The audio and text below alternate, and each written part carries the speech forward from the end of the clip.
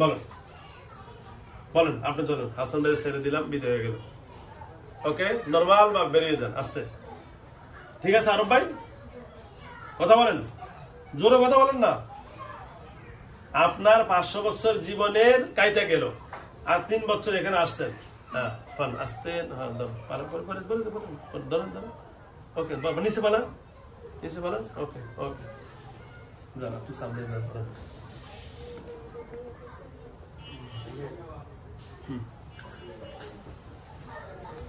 হ্যাঁ আরব ভাই দেখা যাচ্ছে আমার, এখন বলেন।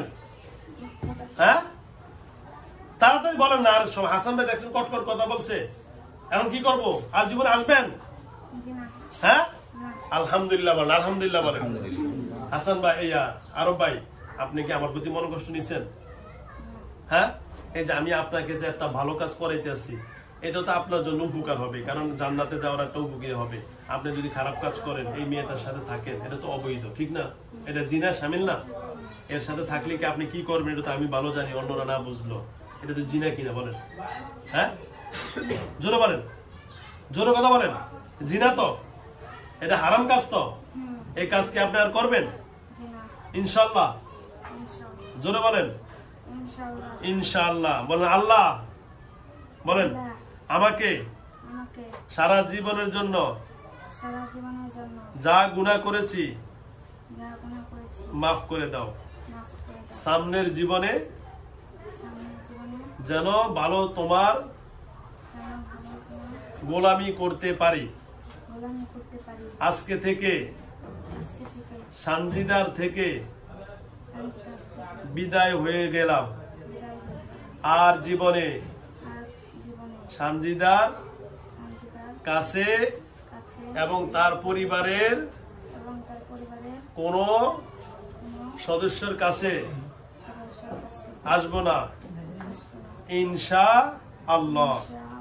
ঠিক আছে তো আরব ভাই?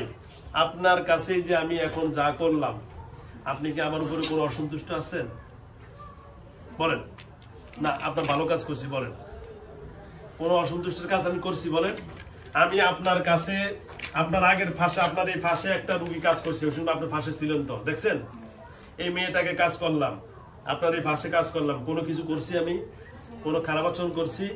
আপনার পাশে হাসান ভাইয়ের কাজ করছি, কোনো খারাপ কাজ করছি? তাহলে আমি আপনার কাছে যে কাজ করলি, এই যে আমার এই কাজগুলা, আমি যত কোরআনের কাজ করি, কোরআনের যেভাবে নিয়ম সেভাবেই করতেছি, আমি কোনো ভুল করছি বলেন? তাহলে আপনি কেন ভুল করে আপনি জাহান্নামে যাবেন? এটা তো আমি দিব না, কারণ আল্লাহ রসুল বলছেন একজন কাফেরও যদি আমার সামনে জাহান্নামে যায়, আমি রসুল এটা মানতে পারি না। তা আমরা রসুলের এই পাওয়ার দিন তো আমরাই পেয়েছি, বাল্লিগু আন্নি ওয়ালাউ আয়া। আল্লাহ রাসূল সাল্লাল্লাহু আলাইহি ওয়াসাল্লাম বলেছে আমার বাণীগুলো তোমরা অমুকের কাছে পৌঁছে দাও। তো আমি যে পাইছি এটা আপনার কাছে পৌঁছাইলাম, যে আমরা খারাপ কাজ করব ইনশাআল্লাহ। তো আজকে থেকে শান্তিটা সুস্থ তো ইনশাআল্লাহ? ইনশাআল্লাহ। শান্তি উনি কি, আপনি কেন? ছাত্রী, আমার মাসের ছাত্রী, এর কোনো গার্জিয়ান আসছে? আপনি আপনি কি মা? ওই যে শান্তিদার মা আসছে, বলে আন্টি আমাকে মাফ করে দেন, বলেন জোরে। তো মাশাআল্লাহ, আম্মা জান কইছে মাশাআল্লাহ, দেখছেন? যে মা আপনি বলেন আমি মাফ করে দিলাম, তোমরা আমার মেয়ের থেকে বিদায় হয়ে যাও, বলুন আমি মাফ করে দিলাম, তোমরা আমার মেয়ের থেকে বিদায় হয়ে যাও। ঠিক আছে? দেখছেন, দেখছেন আরব ভাই, আল্লাহ মাফ করে দিয়েছেন। কারণ আল্লাহ রাব্বুল আলামিন নিজে বলছেন, যে রাসূল সাল্লাল্লাহু আলাইহি ওয়াসাল্লাম বলছেন যে গুনাহ করে যে ব্যক্তি, সে যদি মাফ চায়, আত-তাইবু মিনাজ জামবি কামাল্লা জামবালাহু, যে গুনাহ করে বনি আদম, সে যদি মাফ চায় আল্লাহর কাছে ওইটাই বেশি প্রিয় হয়। তা আপনি গুনাহ করছেন, আল্লাহর কাছে মাফ চাইছেন, তার বান্দারও কাছে মাফ চাইছেন, যার সাথে খারাপ কাজ হয়েছে। আল্লাহ আমাদের সবাইকে মাফ করে দেয়, বলো ঠিক আছে সঞ্জিদা? এই কি জানি বলে আরব ভাই? ওকে, আপনাদের যাদের সহপাঠী আছে এবং আপনার যারা বন্ধু আছে, আপনার বান্ধবী আছেন, সকলকে বলে দিবেন, এমন একজন আমরা আলেমের কাছে গেছি, আমাদের সাথে খারাপ আচরণ করে নাই, আমাদেরকে বুঝিয়ে দিয়েছেন আসিন কামা আসসালাল্লাহু ইলাইহি। আমরা সারা জীবনের জন্য এই মেয়ের কাছে এবং এই হুজুরের মাদ্রাসা যে সকল ছাত্র ছাত্রীরা পড়ে, আমরা কাউকে আক্রমণ করব না, বরং যে সকল খারাপ জিনেরা আক্রমণ করে আমরা সবাইকে প্রতিহত করবো, আমরা মুসলমান জিনেরা। পারবেন তো ইনশাআল্লাহ? ইনশাআল্লাহ। আপনারা তো অনেক জিনেরা ওখানে থাকেন, পারবেন তো ইনশাআল্লাহ? আর কোনো কথা আছে আরব ভাই আমার উদ্দেশ্যে বা ওর পরিবারের উদ্দেশ্যে? মনের থেকে যাবেন তো ইনশাআল্লাহ? আর জীবনে ভালো লাগা, বাসবেন তারে কিসের জন্য বলেন তো? নাহনু নাযালনা যিকরা ওয়া ইন্না লাহু লাহাফিজুন। এই জন্য আপনি তারে ভালোবাসবেন কোরআনের ফাঁকি হিসাবে, কি ওই জন্য ভালোবাসেন, আমার কোনো আপত্তি নাই। কারণ আল্লাহ রাব্বুল আলামিন বলছেন যে যারা কোরআন, যারা আলেম এবং যারা দ্বীনের দাওয়াত, তাদেরকে তোমরা ভালোবাসো, কি আপনি তাকে এই জন্য ভালোবাসেন। যদি আমি বাধা দিই তাহলে এটা আমার জন্য না জায়েজ। আমার জন্য একজন আলেমকে ভালোবাসতেই পারেন, কারণ সে একজন কোরআন, তার মানে সে আলেম, ঠিক না? ভালোবাসতে পারেন। তবে হ্যাঁ, ওটা বসো। আর অন্য কোনো কাজে বা তার প্রতি আকৃষ্ট হয়ে অন্য কোনো নিয়তে ভালোবাসা যাবে, ঠিক আছে তো? ইনশাআল্লাহ। আসসালামু আলাইকুম। তাহলে ঠিক আছে, আজকের মতো কি বিদায় নিতে পারি আরব ভাই? অসংখ্য ধন্যবাদ। হ্যালো ভিউয়ার্স, দেশ ও দেশের বাইরে থেকে যারা আমার ইউটিউব চ্যানেল দেখেন, আপনাদের সকলকে অসংখ্য ধন্যবাদ জানাচ্ছি। আপনারা যারা আমার ইউটিউব চ্যানেল দেখে এখানে আসেন, আমার এই কাজগুলা সম্পূর্ণ রুলিং, আমার এই কাজগুলো আর 1 মিনিট পরে। তা আমার এই কাজগুলো দেখেন, আমার পাশে বসে আছেন সানজিদা, তার পাশে বসে আছেন আয়েশা, ওনাকে ধরছে হাসান জিন, অনেকগুলা জিন, ওনাকে ধরছে আরব জিন, তার পাশে আরেকটা চলে গেছে, নামটা জানি, জিনের নাম কি জানি বললো, নাদিয়া, জিনটার নাম জানি কি বললো, বলে গেল, জামাল। এই যে 3টা মেয়ের কাজ একসাথে আমি করলাম ভিডিওতে।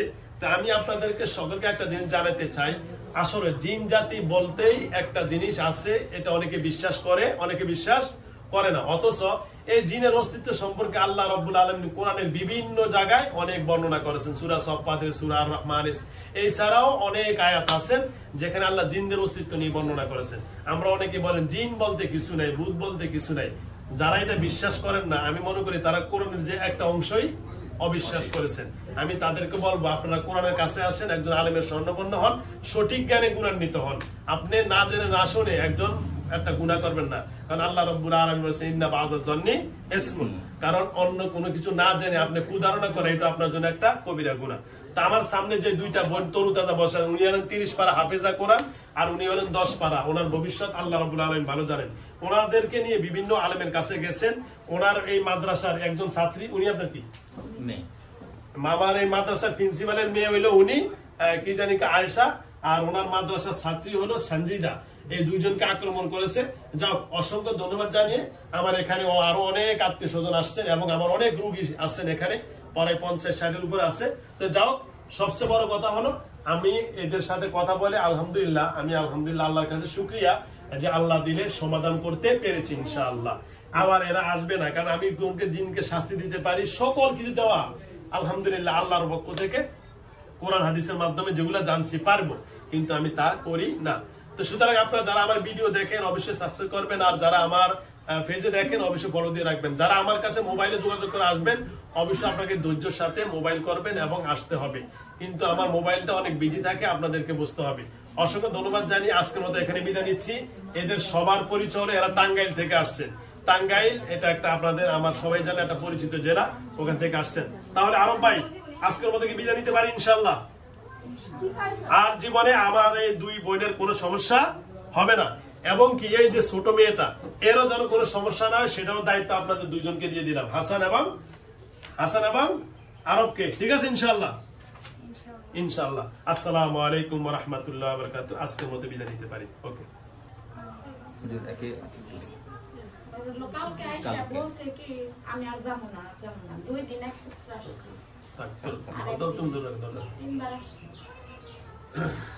এটা আসবে না, এখন কাইটা গেছেন লাইনটা করে। ওরে মা, 11টা বাইজা গেছে, হবে 2 নম্বর। অত সেই সময় রুগী দেখি আমি 20 জন রুগী সবাই শেষ।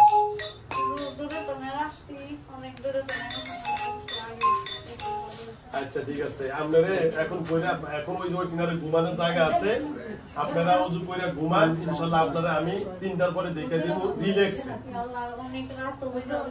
একদিন রাইতে লোকগা আমার এই নামটা কতদিন জানতো, জান্নাতের বিষয়। ঠিক আছে, বিলাল করে দেখেন। হ্যাঁ, এর কাছে কাও নাই। আমি এই জামা ফুরি সেবার ওই যে আমগো টাঙ্গাইলে আমার পিছাড়া একটু দেখা লাগবে, সব দেখে দিব ইনশাআল্লাহ। তার মুখটা খালি করো, সব দেখবে ইনশাআল্লাহ।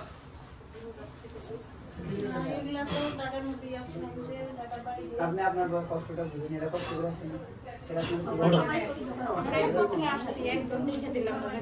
হ্যাঁ, ওকে ওকে ধন্যবাদ। কি নাম তোমার? আয়েশা। তোমার নাম কি? সঞ্জিদা।